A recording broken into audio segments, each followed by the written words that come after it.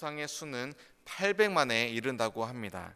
범신론적 사상을 가지고 있기에 이 땅에 있는 모든 어떤 것도 신이 될 수 있다는 것입니다. 예를 들면 산에는 산신, 밭에는 밭신, 불이 있는 곳에는 화신, 우물에는 수신, 주택에는 집신, 도로 경계에는 도로신이나 석신 등이 있습니다.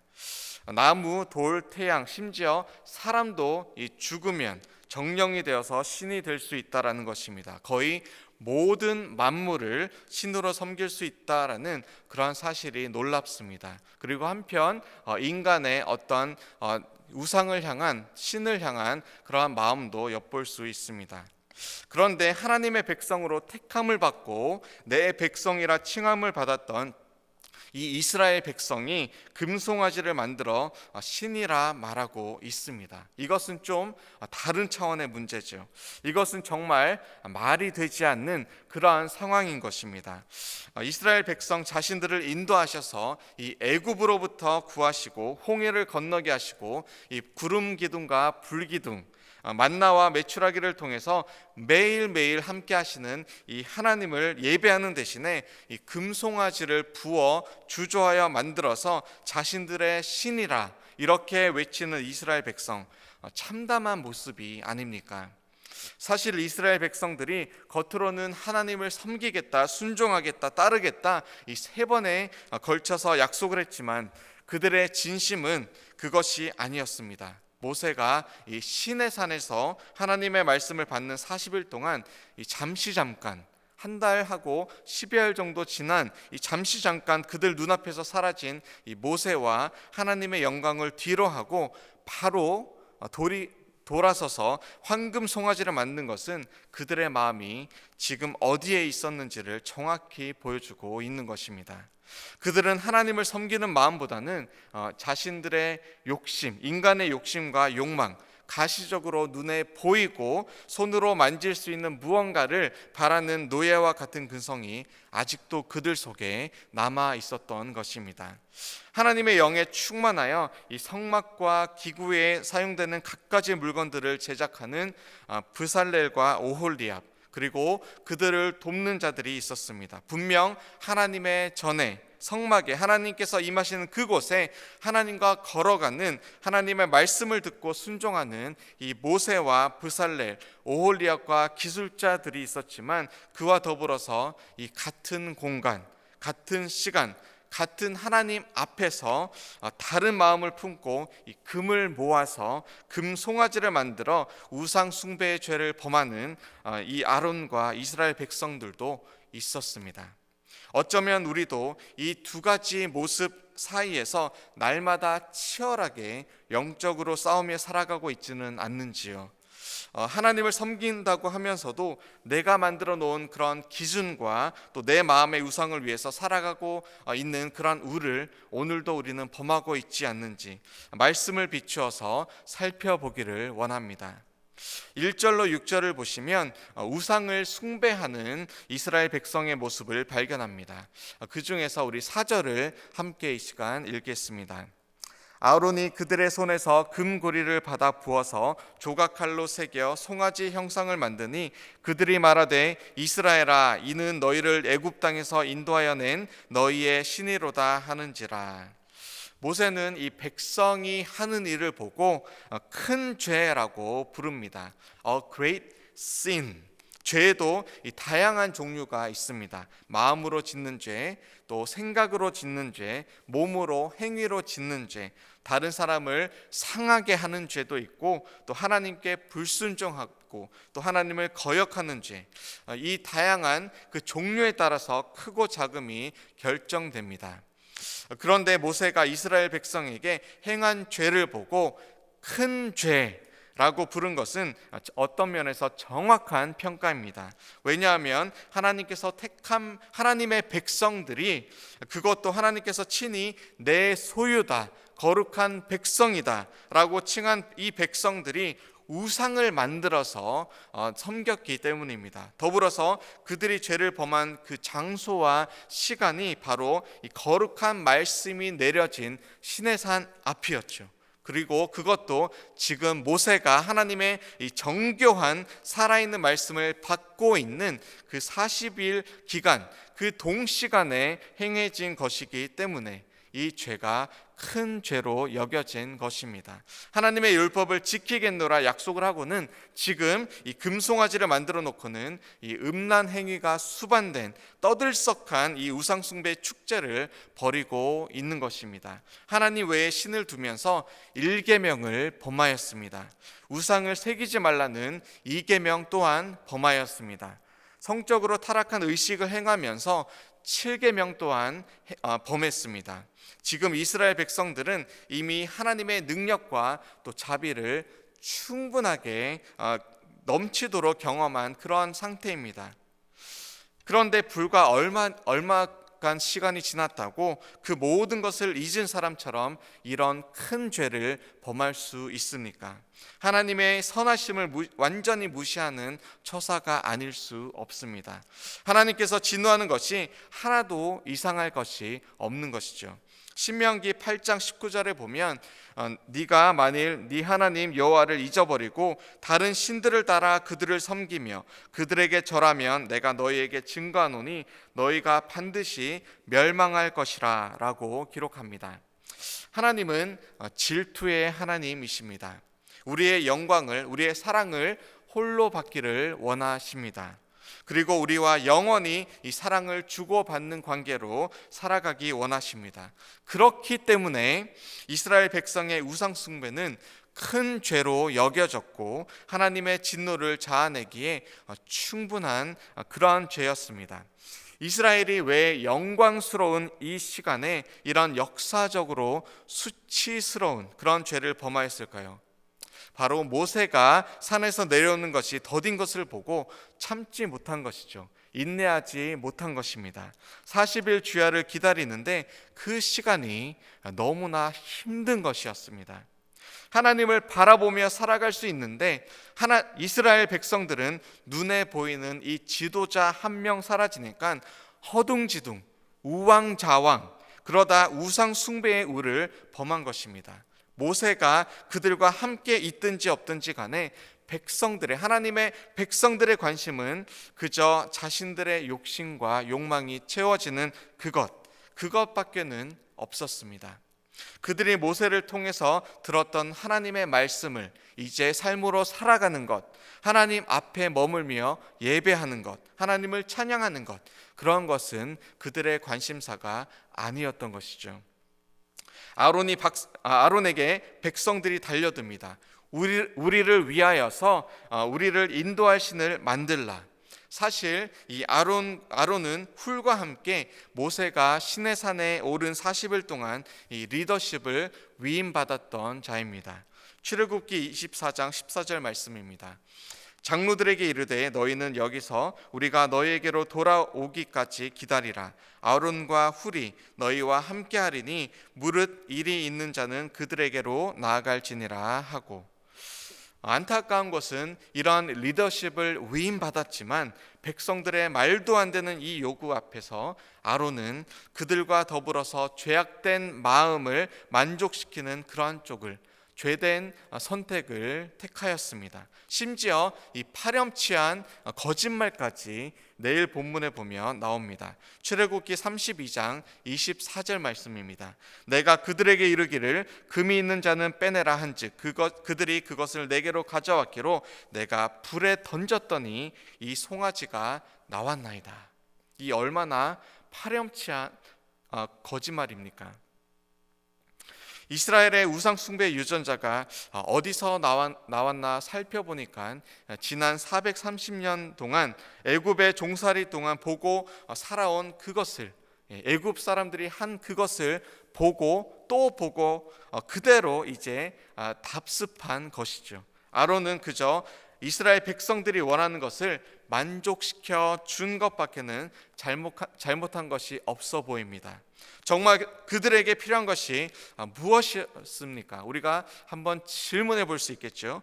우상이 아니라 그들을 구원하신, 오늘까지 인도하신 하나님을 향한 믿음이었습니다. 신뢰였습니다. 그들과 함께 오늘도 역사하시는 하나님을 바라면서 하나님을 의지하면서 살아가는 것, 그것이 바로 하나님의 백성들에게, 이스라엘 백성에게 필요한 것이었죠. 이스라엘은 살아계셔서 오늘도 함께 하시는 이 하나님의 영광을 한낱 동물의 형상과 오늘 바꾸어 버린 것입니다. 그들 주위의 사람들이, 모든 사람들이, 이방 사람들이, 세상 사람들이 하는 그 방식 그대로, 세상 사람들과 똑같은 방법으로 그대로 살아가는 편을 택한 것이죠. 우리가 여기서 깨달아야 하는 것이 무엇입니까?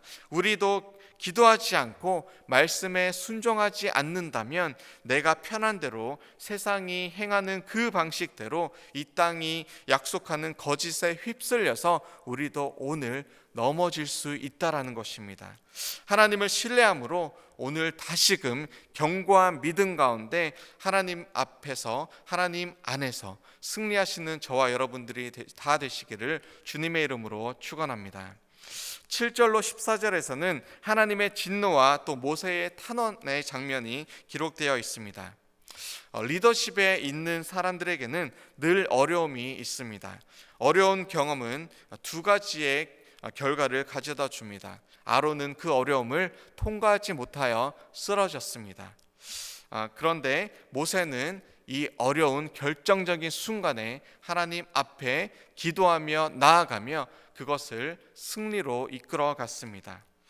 어려운 일은 우리를 앞으로 나아가게 하던가 혹은 넘어지게, 쓰러지게, 무너지게 만들던가, 그 두 가지 길로 나아가게 합니다. 모세는 지금 엄청 어려운 상황 속에 시험을 받게 되었습니다. 어떻게 알 수 있습니까? 하나님께서 지금까지는 이스라엘 백성들을 나의 백성, 그죠? 거룩한 백성, 나의 소유다, 그렇게 불렀었습니다.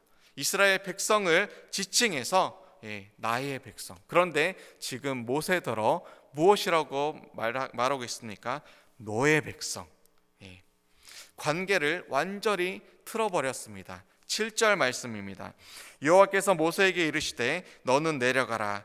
네가 애굽 땅에서 인도하여 낸 너의 백성이 부패하였도다. 나의 백성에서 너의 백성으로, 곧 이제는 하나님께서 이스라엘 백성을 포기하겠다라는 그런 의미를 내포하는 것입니다. 악을 행하고 우상을 숭배하는 하나님을 버리고 세상을 택한 그들에게 거룩하시고 신실하신 하나님께서는 그가 취할 수 있는 것, 각자 행위대로 심판하시는 것입니다. 모세는 이에 바로 하나님 앞에 탄원을 하고 있습니다. 기도하고 있습니다. 하나님께서 구원하신 주의 백성에게 진노하시렵니까? 하나님, 노를 그치시고 뜻을 돌이키셔서 이 화를 주의 백성에게 내리지 마시옵소서. 아브라함과 이삭, 이스라엘에게 하셨던 그 약속, 언약을 기억해 주십시오. 주님께서 맹세하지 않으셨습니까? 내가 너희의 자손을 하늘의 별처럼 많게 하겠다. 그렇게 허락한 이 온 땅을 너희의 자손에게 주어서 영원한 기업이 되게 하겠다. 그렇게 약속하시지 않으셨습니까? 그러니까 그 하나님의 신실하신 약속을 기억하셔서 오늘 하나님의 진노를 그쳐 주십시오. 거두어 주시옵소서. 그렇게 기도하였습니다. 모세가 재빠르게 하나님 앞에 엎드려져서 하나님의 약속을 기억하고 그 말을 하나님 앞에 상기시켰고, 그것이 또한 바로 하나님께서 모세에게 바라던 그러한 모습이었던 것입니다. 우리 삶 속에서도 우리가 얼마나 죄를 많이 짓습니까? 죄 없다 하면 그것이 또 큰 죄이며 하루에도 우리는 수십, 수백, 수천 번 인생길에 하나님 없는 것처럼 살아가는 그런 순간들도 너무나 많이 있습니다.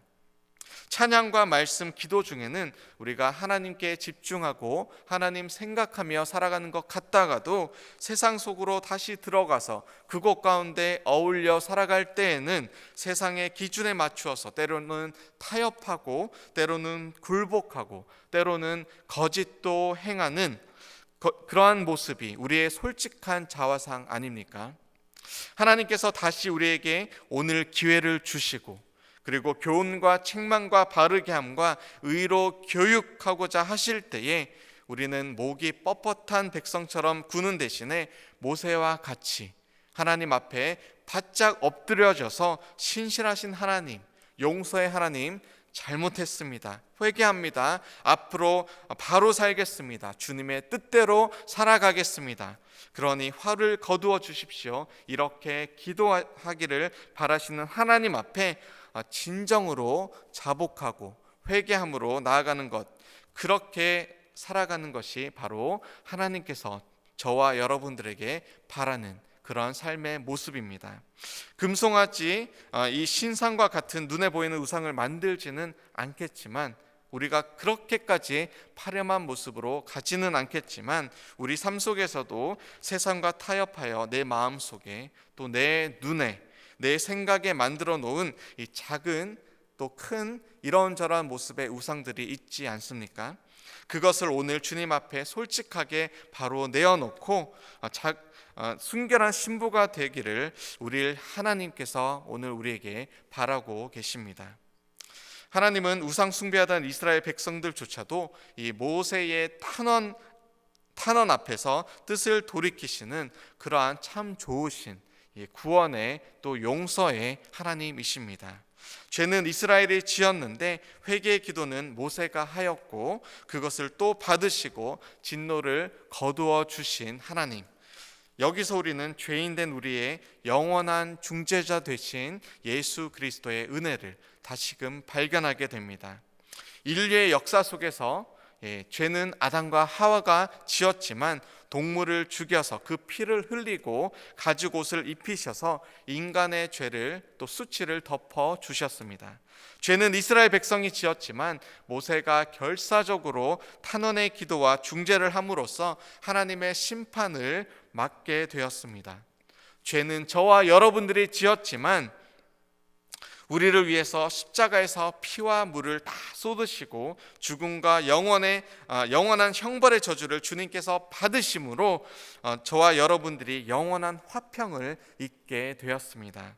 하나님은 에덴에서부터 이 신의 산으로, 또 신의 산에서 골고다에서 하나님의 그 나라까지 그 모든 과정 속에 우리를 위한 영원한 중재자를 예비하셨습니다.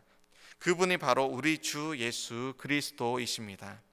주님의 은혜 속에 오늘도 거하시기를 축복합니다. 하나님의 진노를 주님께서 대신 지셨습니다. 그 은혜를 기억하시면서 오늘 하루 감사의 기도 드리시기를 축원합니다.